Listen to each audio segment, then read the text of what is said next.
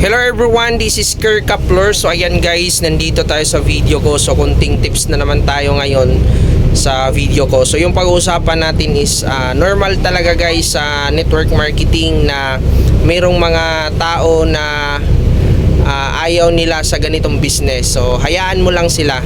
Ang importante ikaw na naniniwala na gusto mong maabot mo yung mga pangarap mo sa network marketing is ituloy-tuloy mo, kasi proven and tested naman ngayon yung network marketing. Maraming mga nagtagumpay sa buhay nila. Kung mag-research ka, mag-search ka sa Google, sa YouTube, sa Facebook, marami na ngayong mga successful sa ganitong business. Ang point ko guys is may future ba tayo talaga dito sa ganitong business? Meron po, 100% proven and tested po. Kaya kung ikaw naniniwala ka na maabot mo yung mga pangarap mo dahil sa network marketing, lalong-lalo na sa company na pinapasukan mo, lalong-lalo na dito sa atin sa Lean and Green. So alam ko na darating ang araw guys, 5 years from now, 3 years from now, doon mo makikita lahat ng pagod, sipag, puyat. Diyan mo talaga makikita yung mga resulta mo.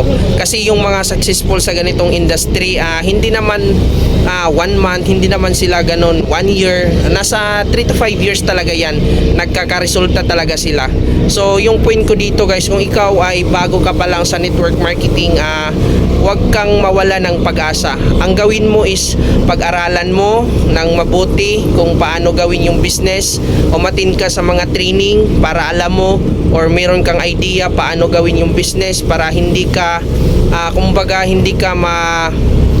yung tinatawag na parang wala kang alam. Yan yung nangyayari kasi ayaw mo umatin ng training, ayaw mo magtanong, ayaw mo magpaturo, kaya nahihirapan ka.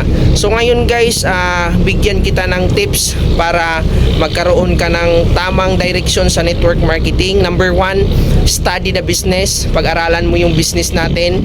Wag mong baliwalain or wag kang tamad. Studyhin lahat ng products, lahat ng complan, kitaan, pag-aralan mo yan.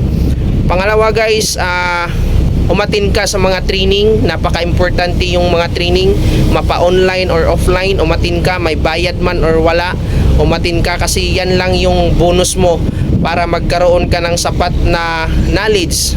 At saka yung mga rejection, objection, masasagot mo, kasi yung iba hindi nila masagot yung mga rejection, objection, kasi wala silang alam kung paano i-handle.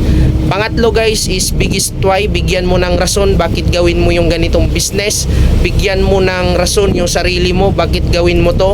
Kasi kung yung foundation mo sa biggest why is ang liit, yan yung dahilan parang hindi ka porsigido, kasi yung condition mo or yung biggest why napakababa. So bigyan mo ng rason lalim na bakit gawin mo yung ganitong business. Same sa akin, malaki talaga yung pangarap ko or biggest why ko sa buhay, kaya kahit gaano man yung mga pagsubok sa buhay na dumarating is hindi ako nawala ng pag-asa. So guys, nandito ako ngayon sa Balingwan, papunta kami ng Butuan. So that's all, thank you and to God be all the glory. Bye bye. Hello everyone, this is Kirk Kaplor. So ayan guys, nandito tayo sa video ko. So kunting tips na naman tayo ngayon. So yung pag-uusapan natin yung mga sinasabi sa market na maganda lang daw yung network marketing or networking sa mga nauna. Yung nauna lang daw yung mayaman. Sa totoo lang guys, hindi po yan totoo. Kasi sa network marketing, hindi po basihan dito kung nauna ka.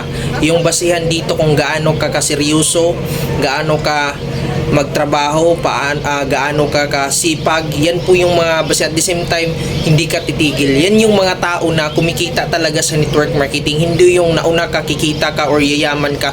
Bonus na lang kung nauna ka. So hindi po yan totoo yung mga ganyang mga sinasabi. At the same time, yung mga sinasabi nila maganda kasi magaling ka, marunong ka. Kami hindi guys, sa totoo guys, lahat ng bagay pwede yan pag-aralan. Kami, same sa amin, bago yung nakikita mo na ang galing namin, madali na lang sa amin, pero nung kami ay nagsisimula, katulad din sa'yo na walang alam, walang idea, nagkakataon lang na nakikita mo yung kung ano na yung narating namin, kaya sinasabi mo na magaling ka kaya ganyan, kumikita ka. Sa totoo lang guys, hindi yan totoo. Lahat ng bagay guys, pwede mo siyang pag-aralan para makuha mo din yung mga nakukuha sa mga ibang tao. Same naman dito sa network marketing. So kung ikaw nangangarap ka, gustong magtagumpay sa mga ganitong business, umatin ka talaga sa mga training, pag-aralan mo ng seryoso. Napaka-importante talaga yan guys para alam mo paano gawin yung business. So yun yung mga nasasabi ko sa or i-advise ko sa mga taong yun yung mga sinasabi nila na maganda lang daw sa mga nauna. So hindi po yan totoo. So kung ako sa iyo, pag-aralan mo yung ganitong business, din yung common problem guys, bakit maraming humihinto dahil sa attitude. So yan po yung mga dahilan bakit yung iba hindi kumikita sa ganitong business.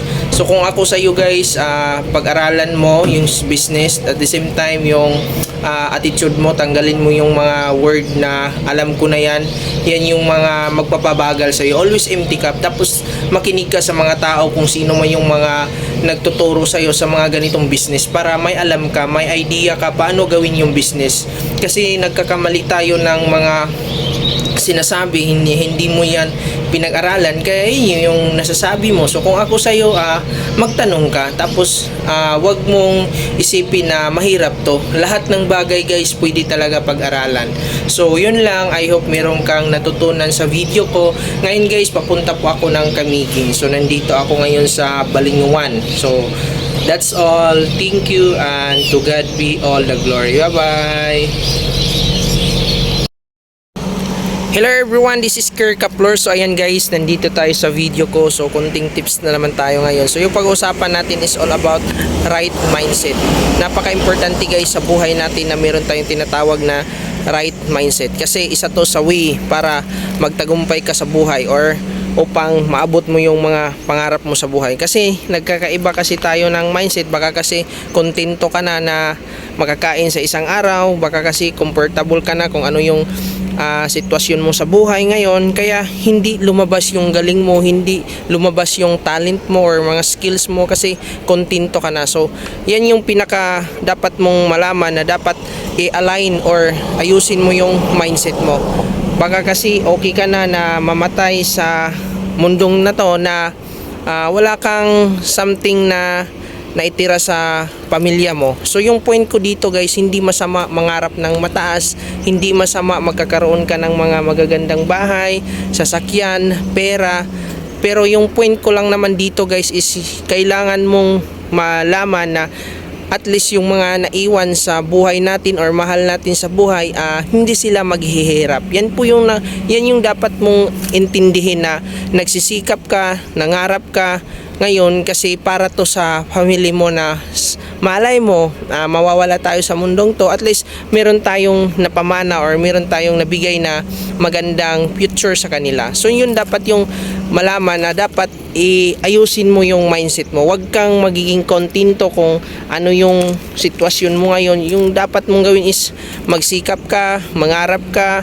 Kumbaga gawin mo yung lahat para makuha mo yung magandang future ng family mo. So yun po yung dapat mong maintindihan. Napaka-importante guys yung tinatawag na right mindset, kasi marami dito sa paligid natin, kaya until now naghihirap pa rin sila kasi hindi nila na-align or hindi nila na-analyze yung tinatawag na right mindset. Napaka-importante talaga yan guys. Bakit ako ngayon nagsisikap ako? Dahil gusto ko na magkaroon ng magandang family, magandang future yung family ko. So yun lang, at I hope meron kang natutunan sa video ko. So nandito po ako sa Carrascal, Surigao del Sur. So yun lang, thank you. Hello everyone, this is Kirk Kaplor. So ayan guys, nandito tayo sa video ko. So yung pag-usapan natin guys is all about right attitude. Napaka-importante guys sa buhay natin na meron tayong tinatawag na tamang pag-uugali. Huwag yung puro ka acne, yung tinatawag na alam ko na yan. Guys, tanggalin mo yan. Always empty cup, makinig ka, open mind lang, wala namang masama kung makinig ka. Malay mo, meron kang makukuha na idea, experience, knowledge na may apply mo din sa sarili mo kung paano mag-succeed sa buhay. So wala namang masama kung ganun yung attitude mo. So wag kang puro reklamo, wag kang puro complain, wag kang tanggalin mo yan. Kasi isa din yan sa mga dahilan kung bakit until now nahihirapan ka sa buhay. Baka kasi yung attitude mo hindi align, kumbaga hindi tama. So kung ako sa iyo guys, always open mind, tapos empty cup, wag kang acne kasi mahihirapan ka talaga. So guys, napaka-importante talaga sa buhay na meron tayong tawag na right attitude. Kasi isa din yan sa mga sikreto para magtagumpay tayo sa buhay. Kasi lahat ng successful sa buhay, naging successful sila sa career nila kasi meron silang tinatawag na right attitude. So kung ikaw guys, gawin mo din yan. Ako din ngayon, ginagawa ko din yan kasi yan pala yung mga sikreto para magtagumpay tayo. So wala namang masama na sundin natin. Kung ako sa iyo guys, makinig ka or sumama ka sa mga tao na naging successful sa buhay kasi isa din yan sila na magbigay sa iyo ng mga idea, knowledge. Kumbaga kung sino yung mga kasama mo, tingnan mo sa paligid mo kung sino sila. Kaya baka isa din yan sa mga reason na until now nahihirapan ka pa rin. So yun lang. I hope meron kang natutunan sa video ko. Andito pala ako ngayon sa Nobinta, Surigao del Sur. Napakaganda pala dito guys. So ayan. So yun lang. That's all. Thank you and to God be all the glory. Bye bye. Hello everyone, this is Kerm Kapler. So ayan guys, nandito tayo sa video ko. So konting tips na naman tayo ngayon. So yung pag-uusapan natin is bakit importante yung training. So napaka-importante talaga guys yung training. Kasi yung training, isa to sa magbigay ng idea or magbigay sa'yo ng skills paano gawin yung isang bagay. Kasi kung wala kang alam, wala kang idea paano gawin yung isang bagay is mahihirapan ka talaga. So same sa sa gusto magiging police or gusto magiging sundalo is kailangan mong dumaan sa training kasi mahirap naman na sumabak ka sa field or sa kabundukan na hindi mo alam or paano yung mga dapat gawin. So hindi mo ano yung mga bagay na kailangan mong dalhin doon. So dito naman sa network marketing or dito naman sa business natin, lalong-lalo na dito sa multi-level marketing, kailangan mo talaga guys umattend ng mga training kasi pag once wala kang idea or hindi mo to maintindihan or wala kang sapat na alam paano gawin yung ganitong business, ito yung magpapahinto talaga sa'yo. Bakit maraming huminto? Kasi hindi nila naintindihan or hindi nila alam kung ano may yung mga dapat gawin kasi ayaw umatin ng training. Kung may mga training hindi talaga umatin. So yan yung dahilan bakit hindi ka nag-succeed or hindi ka nagtuloy-tuloy sa ganitong business kasi kulang ka talaga sa experience, kulang ka talaga sa mga idea. So yung gawin mo guys, attend ka talaga ng training. Napaka-importante talaga guys yung training kasi isa yan sa magbigay sa'yo ng idea para alam mo paano gawin yung isang bagay. Pero useless din naman yung training kung hindi mo siya i-apply. So dapat i-apply mo talaga kasi kung hindi mo naman i-apply, attend ka ng training palagi, always na present ka sa mga training pero hindi mo naman siya i-apply, useless pa rin. So dapat pag umattend ka ng training, i-internalize mo tapos i-action mo para magbubunga talaga yung mga naalaman mo sa isang training. So yun yung ginawa ko. Kaya ako nagtuloy-tuloy ako sa ganitong business kasi naintindihan ko, alam ko kung ano yung mga dapat gawin ko kasi umattend ako ng mga training.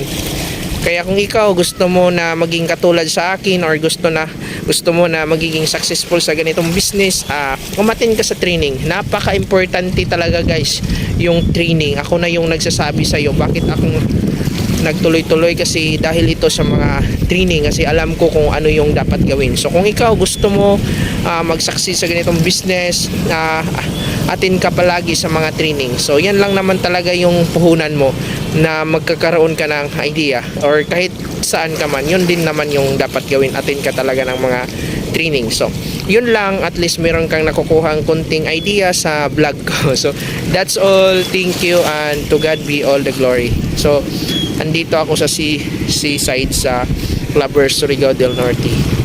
Ayan. Bye bye. Hello everyone, this is Kerm Kapler. So ayan guys, nandito tayo sa video ko. So konting tips na naman tayo ngayon sa video ko. So yung pag-uusapan natin is all about network marketing or multi-level marketing. So maraming mga huminto sa ganitong business kasi hindi nila naintindihan or kulang po sila ng sapat na idea paano gawin yung ganitong business. Pero ako na yung magsasabi sa iyo, napaka ganda talaga ng multi-level marketing or network marketing kung maintindihan mo siya. So paano ba para maintindihan mo yung ganitong business? So kailangan mo talaga umattend ng mga training, magtanong ka sa mga taong nagne-network marketing, huwag kang magtanong sa mga wala sa ganitong business. So kaya nahihirapan ka. So same naman din ako sa iyo, katulad sa iyo dati na wala akong alam sa network marketing or sa multi-level marketing, pero ngayon unti-unti kong naintindihan kung ano ba yung kagandahan ng ganitong business kasi umatin ako sa mga training, nagtanong ako sa mga taong nag-business ng ganito. So kaya unti-unti pong natutupad yung mga pangarap ko sa buhay dahil sa multi-level marketing or sa network marketing. So kung ako sa iyo, kung ikaw ay sumali ka na tapos parang hindi mo na alam kung ano yung gusto mong marating sa buhay or nagtaka ka na kung may future ka ba talaga dito sa multi-level marketing, so ako na yung magsasabi sa iyo, ituloy-tuloy mo lang, huwag kang huminto, pag-aralan mo, umattend ka ng mga training palagi, magtanong ka sa mga taong na nag-business ng ganito para magkaroon ka ng idea. So yun lang naman yung isi-share ko sa inyo kasi napakahirap sa ganitong business pag hindi mo siya naintindihan. So I hope meron kang natutunan sa video ko. Sana wag kang mawala ng pag-asa. Lakihan mo yung mga pangarap mo sa buhay kasi isa din yan sa magtulak sa iyo bakit magsiseryoso ka, bakit gawin mo yung isang bagay. So yun lang, thank you and to God be all the glory. Nandito po ako sa Surigao del Sur sa Nubinta. So ang ganda pala dito. Ayan. So goodbye, that's all, thank you, God bless. Hello everyone, this is Kerr Kaplor. So ayun guys, nandito tayo sa video ko. So konting tips na naman tayo ngayon. So yung pag-uusapan natin is all about additional income.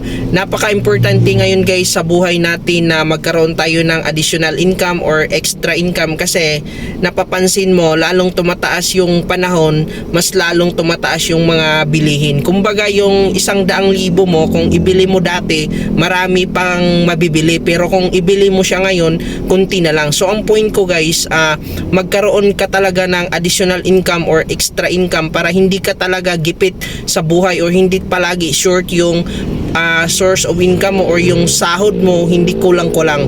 So yung solusyon talaga yan guys is magkaroon ka lang ng extra income, additional income or kumbaga sideline.